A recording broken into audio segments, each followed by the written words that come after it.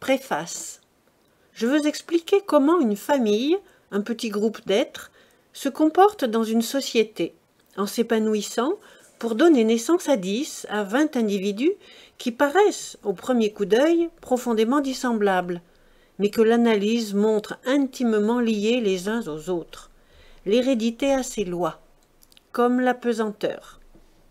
Je tâcherai de trouver et de suivre, en résolvant la double question des tempéraments et des milieux, le fil qui conduit mathématiquement d'un homme à un autre homme. Et quand je tiendrai tous les fils, quand j'aurai entre les mains tout un groupe social, je ferai voir ce groupe à l'œuvre, comme acteur d'une époque historique. Je le créerai agissant dans la complexité de ses efforts. J'analyserai à la fois la somme de volonté de chacun de ses membres et la poussée générale de l'ensemble. Les Rougon-Macquart, le groupe, la famille que je me propose d'étudier, a pour caractéristique le débordement des appétits, le large soulèvement de notre âge, qui se rue aux jouissances.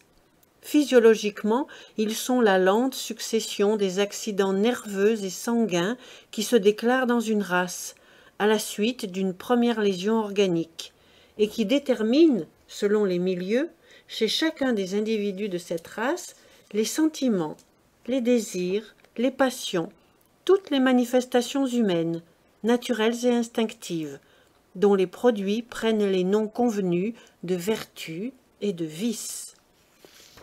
Historiquement, ils partent du peuple, ils s'irradient dans toute la société contemporaine.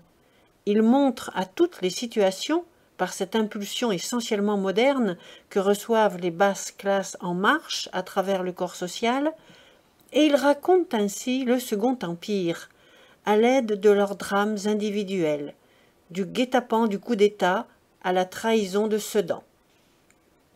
Depuis 3 années, je rassemblais les documents de ce grand ouvrage, et le présent volume était même écrit, lorsque la chute des Bonaparte, dont j'avais besoin comme artiste, et que toujours je trouvais fatalement au bout du drame, sans oser l'espérer si prochaine, est venue me donner le dénouement terrible et nécessaire de mon œuvre.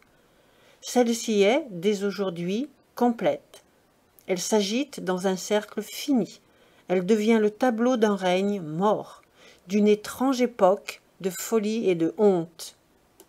Cette œuvre, qui formera plusieurs épisodes, est donc, dans ma pensée, l'histoire naturelle et sociale d'une famille sous le Second Empire. Et le premier épisode, La fortune des Rougon, doit s'appeler de son titre scientifique Les origines. Émile Zola, Paris, le 1er juillet 1871.